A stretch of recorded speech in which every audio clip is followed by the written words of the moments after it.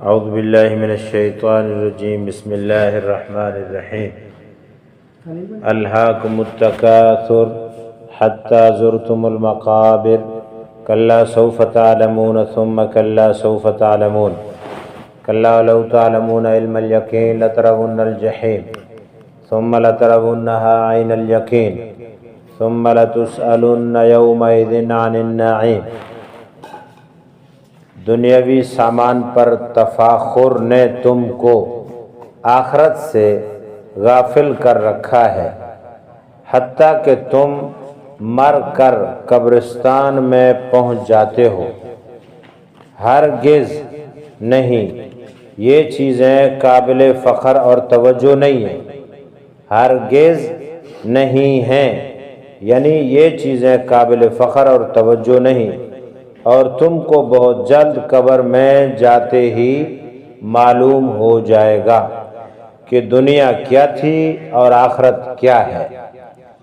پھر تم کو دوسری مرتبہ متنبہ کیا جاتا ہے کہ ہرگز نہیں، یہ چیزیں قابل فخر و التفات نہیں ہیں، تم کو بہت جلد قبروں سے نکلتے ہی حشر میں معلوم ہو جائے گا، اور تم کو تیسری دفعہ متنبہ کیا جاتا ہے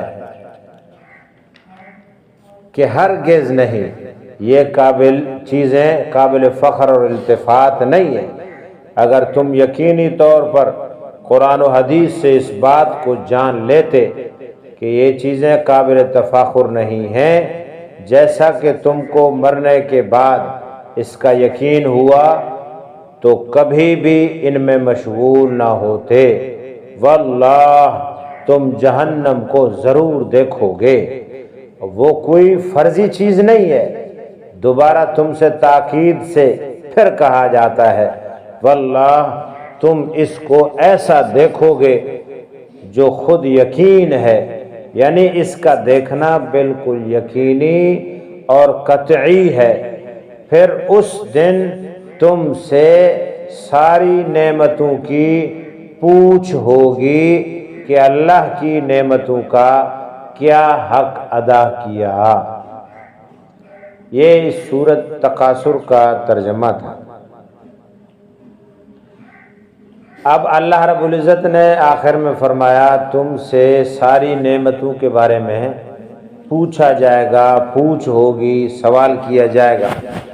ان نعمتوں کے سوال کے متعلق بہت ساری تفاصیل احادیث میں آئی ہیں، جتنی آئی ہیں وہ سب ہی مثال کے طور پر ہیں۔ اللہ جل شانہ کی نعمتوں کا جو ہر وقت، ہر آن، ہر گھڑی، ہر آدمی پر بارش کی طرح برستی ہیں، کون احاطہ یا شمار کر سکتا ہے؟ اللہ پاک کا ارشاد ہے، وَإِن تَعُدُّوا نِعْمَةَ اللَّهِ لَا تُحْصُوهَا، اگر تم اللہ کی نعمتوں کو گننے لگو، شمار کرنے لگو، تو تم شمار نہیں کر سکتے۔ ایک حدیث میں حضور اکرم صلی اللہ علیہ وسلم نے یہ سورت تلاوت فرمائی، اور جب ثُمَّ لَتُسْأَلُنَّ يَوْمَئِذٍ عَنِ النَّعِيمِ پر پہنچے کہ تم سے اس دن ہر نعمت کے بارے میں سوال کیا جائے گا، تو آپ صلی اللہ علیہ وسلم نے ارشاد فرمایا، تمہارے رب کے سامنے تم سے ٹھنڈے پانی کا سوال کیا جائے گا، مکان کے سائے کا سوال کیا جائے گا کہ ہم نے دھوپ اور بارش سے بچنے کے لیے تمہیں سایہ عطا کیا تھا۔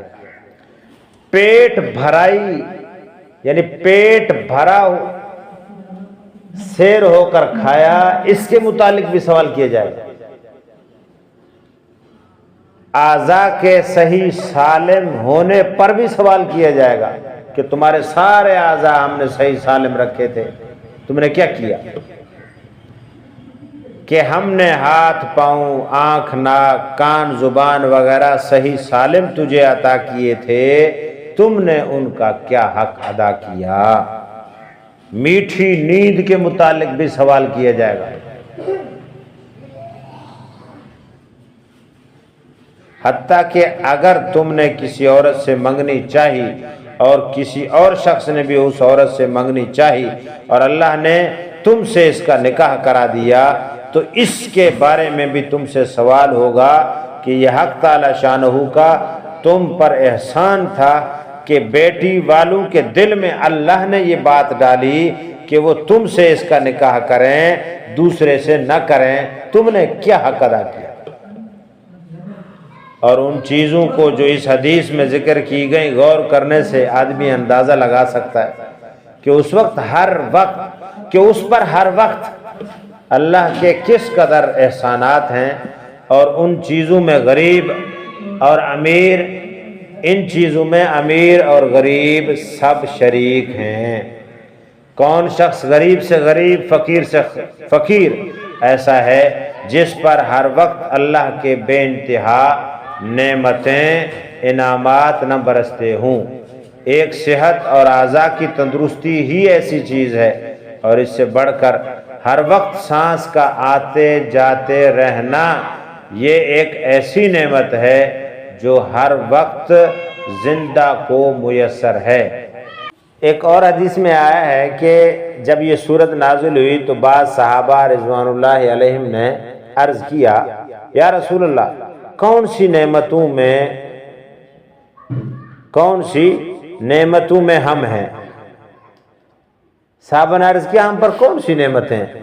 جو کی روٹی وہ بھی آدھی بھوک سے ملتی ہے، پیٹ بھر کر بھی نہیں ملتی، ہم اس طرح زندگی گزار رہے ہیں۔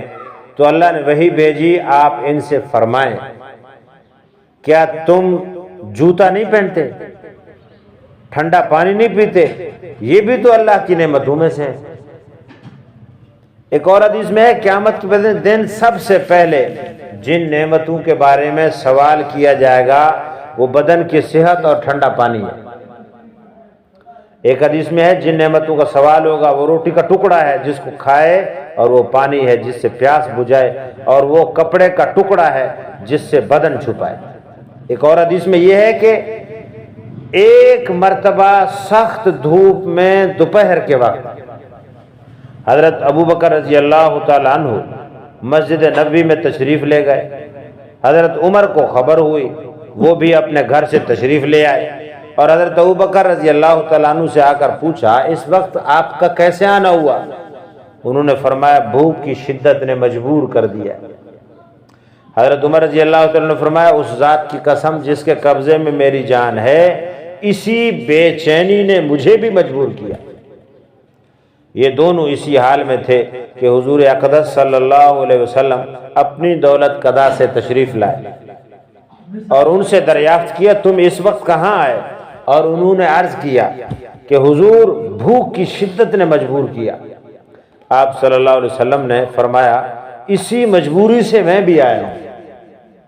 یہ تینوں حضرات اٹھ کر حضرت ابو ایوب انصاری رضی اللہ تعالیٰ عنہ کے مکان پر تشریف لے گئے۔ وہ خود تو وہاں موجود نہیں تھے، ان کی اہلیہ نے بہت خوشی کا اظہار کیا۔ حضور صلی اللہ علیہ وسلم نے پوچھا ابو ایوب کہاں ہیں؟ ان کی بیوی نے کہا حضور ابھی آ جائیں گے۔ اتنے میں حضرت ابو ایوب انصاری رضی اللہ تعالیٰ عنہ تشریف لے آئے، جلدی سے کھجور کا ایک خوشہ توڑ کر لائے۔ حضور صلی اللہ علیہ وسلم نے فرمایا سارا خوشہ کیوں توڑ لیا؟ اس میں سے پکی پکی کھجوریں کیوں چھانٹ نہ لی؟ انہوں نے عرض کیا حضرت اس خیال سے توڑ لیا کہ پکی اور آدھ پکی اور کچی اور خشک اور تر ہر قسم کے سامنے ہو جائیں، جس کو جس قسم کے کھجوروں کی رغبت ہو وہ کھا لے۔ ان حضرات نے ہر قسم کی کھجوریں اور اس خوشے میں سے نوش فرمائی۔ اتنی دیر میں حضرت ابو ایوب رضی اللہ تعالیٰ عنہ نے ایک بکری کا بچہ ذبح کیا، جلدی سے کچھ آگ پر بھونا، کچھ ہانڈی میں پکایا اور ان حضرات کے سامنے لا کر رکھا۔ حضور صلی اللہ علیہ وسلم نے ذرا سا گوشت ایک روٹی میں لپیٹ کر ابو ایوب رضی اللہ تعالیٰ عنہ کو دیا کہ یہ فاطمہ کے گھر دے آؤ، اس نے بھی کئی دن سے ایسی کوئی چیز نہیں کھائی۔ وہ جلدی سے دے آئے، ان حضرات نے گوشت کھایا، روٹی کھائی۔ اس کے بعد حضور صلی اللہ علیہ وسلم نے فرمایا اللہ کی اتنی نعمتیں کھائیں، گوشت اور روٹی اور کچی کھجوریں پکی کھجوریں، یہ فرماتے ہوئے حضور صلی اللہ علیہ وسلم کی آنکھوں میں آنسو بھر آئے اور ارشاد فرمایا یہی وہ نعمتیں ہیں جن سے قیامت میں سوال ہوگا۔ صحابہ کو یہ سن کر بڑا شاک ہوا کہ ایسی سخت بھوک کی حالت میں یہ چیزیں بھی بعض پرس کے قابل ہیں، ان کے بارے میں پوچھا جائے گا۔ حضور صلی اللہ علیہ وسلم نے فرمایا بے شک، اور اس کی تلافی یہ ہے کہ جب شروع کرو تو بسم اللہ کے ساتھ شروع کرو، اور جب ختم کرو تو یہ دعا پڑھو الحمدللہ الذی هو اشبعنا وانعم علینا وافضل۔ تمام تعریفیں صرف اللہ ہی کے لیے ہیں کہ اس نے ہم کو محض اپنے فضل سے پیٹ بھر کر عطا فرمایا اور ہم پر انعام فرمایا اور بہت زیادہ عطا فرمایا۔ دیکھو میرے بھائی جان، اللہ رب العزت نے ہم کو کتنا دیا ہے۔ دیکھو یہ ہمارے نبی اور اکابر لوگ، حضرت ابوبکر، عمر، عثمان، بڑے بڑے لوگوں کی زندگی کے یہ ایسے ایسے حالات ہیں۔ ہم کو اللہ نے کتنی نعمتیں صبح شام دی ہیں، ہم ان نعمتوں کو اگر تصور کریں تو ہم سوچ بھی نہیں سکتے کہ اتنی نعمتوں کے باوجود بھی ہم اللہ تعالی کی نعمتوں کی شکر گزاری، قدردانی اپنی جگہ، ہم اللہ تعالیٰ کی کتنی نافرمانی اور ناشکری کرتے ہیں اور کتنا زیادہ جو ہے اللہ پاک کی نعمتوں کی ناقدری کرتے ہیں۔ تو اس لیے اللہ نے جو نعمتیں دی ہیں، پورے جسم کا صحت مند ہونا اور اس جسم کے ہر عضو کا صحت مندی سے کام کرنا، یہ اللہ رب العزت کی علیحدہ علیحدہ نعمتیں ہیں۔ اور پھر دن میں کتنی چیزیں اللہ کھلا رہے ہیں، پلا رہے ہیں، سلا رہے ہیں، چلا رہے ہیں، پھرا رہے ہیں، ساری اللہ تعالیٰ کی نعمتیں ہیں۔ ان نعمتوں کی قدر کرنے کی ہم کو کوشش کرنی چاہیے۔ اللہ ہم سب کو سمجھنے کی توفیق عطا فرمائے۔